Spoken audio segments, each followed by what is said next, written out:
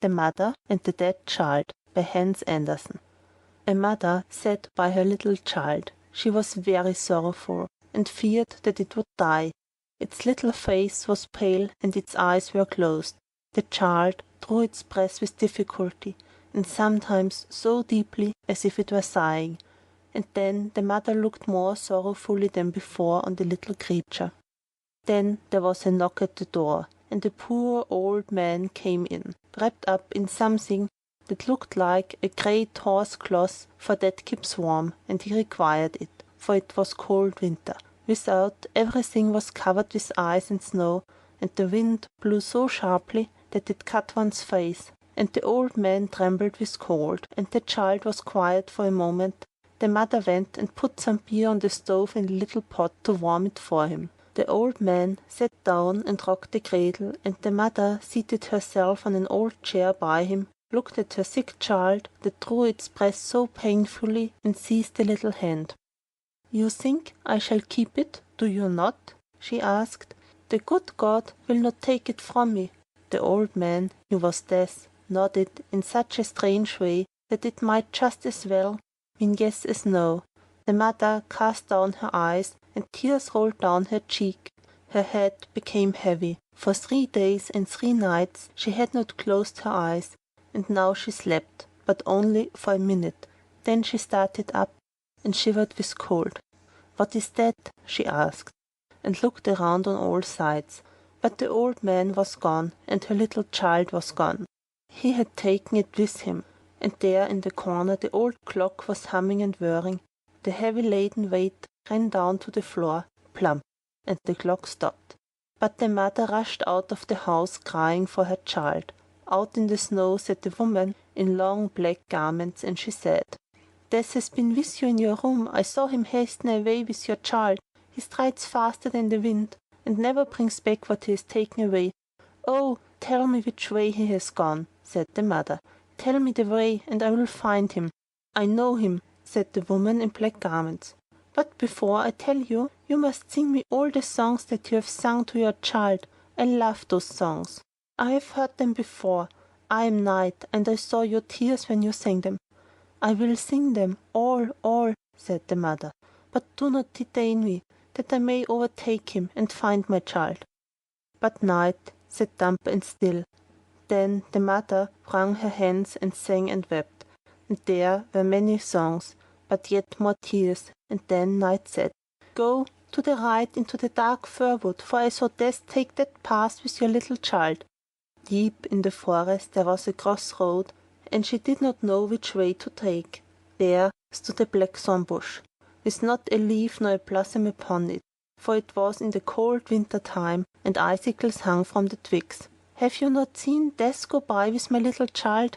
"Yes," replied the bush, "but I shall not tell you which way he went, unless you warm me on your bosom.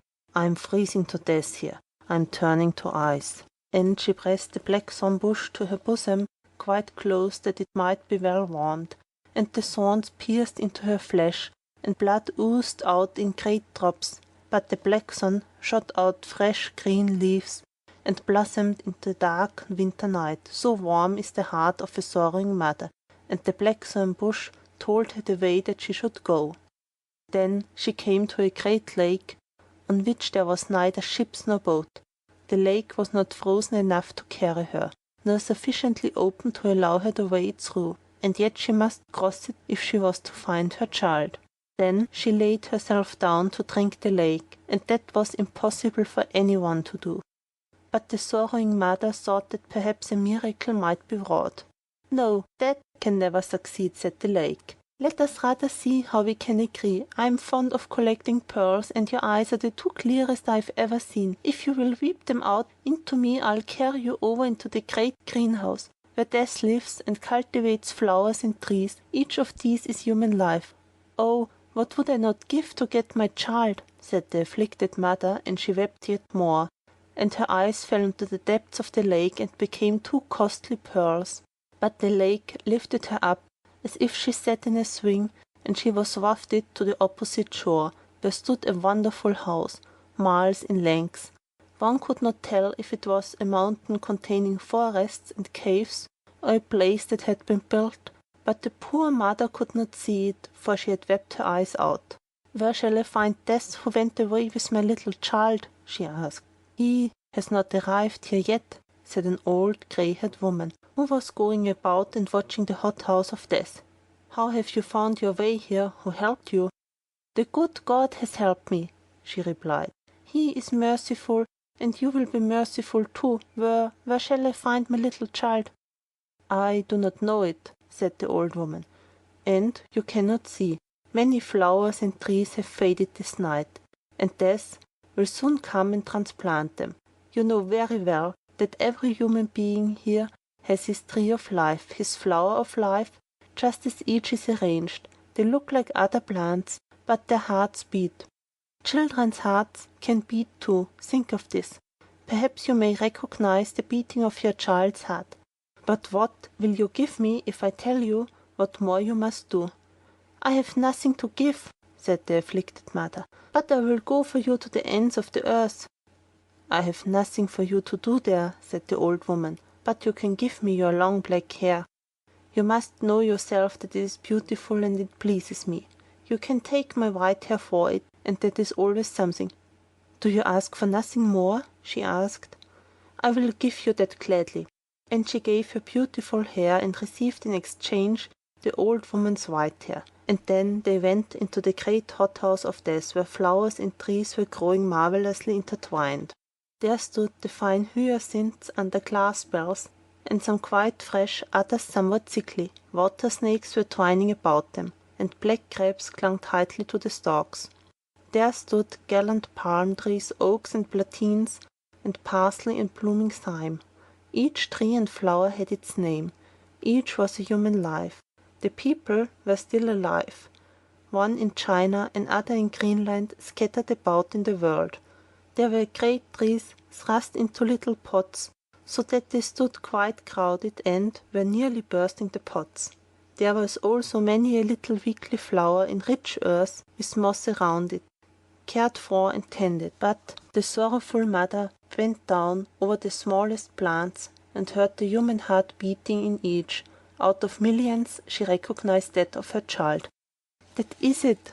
she cried, and stretched out her hands over the little crocus flower, which hung down quite thick and pale.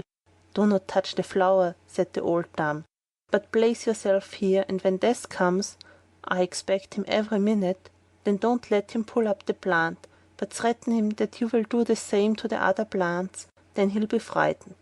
He has to account for them all, and not one may be pulled up till he receives commission from heaven."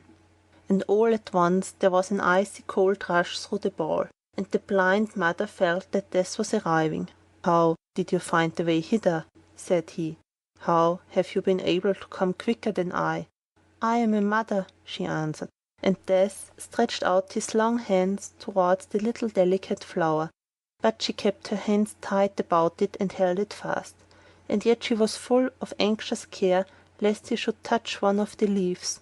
Then Death breathed upon her hands, and she felt his breath was colder than the icy wind, and her hands sank down powerless. "You can do nothing against me," said Death.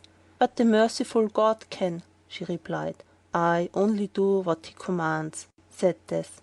"I am his gardener.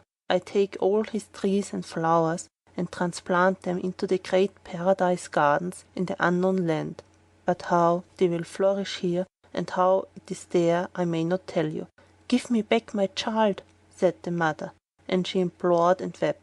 All at once she grasped two pretty flowers with her two hands and called to Death, "I'll tear off all your flowers, for I am in despair." "Do not touch them," said Death. "You say you are so unhappy, and now you would make another mother just as unhappy." "Another mother?" said the poor woman, and she let the flowers go. "There are your eyes for you," said Death. "I have fished them out of the lake. They gleamed up quite brightly. I did not know that they were yours. Take them back. They are clearer now than before. And then look down into the deep well close by.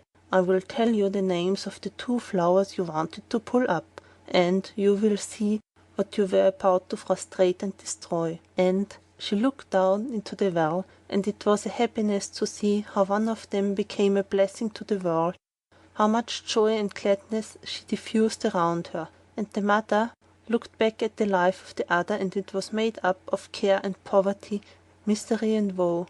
"Both are the will of God," said Death. "Which of them is the flower of misfortune, and which the blessed one?" she asked. "That I may not tell you," answered Death. "But this much you shall hear, that one of these two flowers is that of your child. It was the fate of your child that you saw, the future of your own child." Then the mother screamed aloud for terror. "Which of them belongs to my child? Tell me that. Release the innocent child. Let my child free from all that misery. Rather carry it away, carry it into God's kingdom. Forget my tears, forget my entreaties, and all that I have done."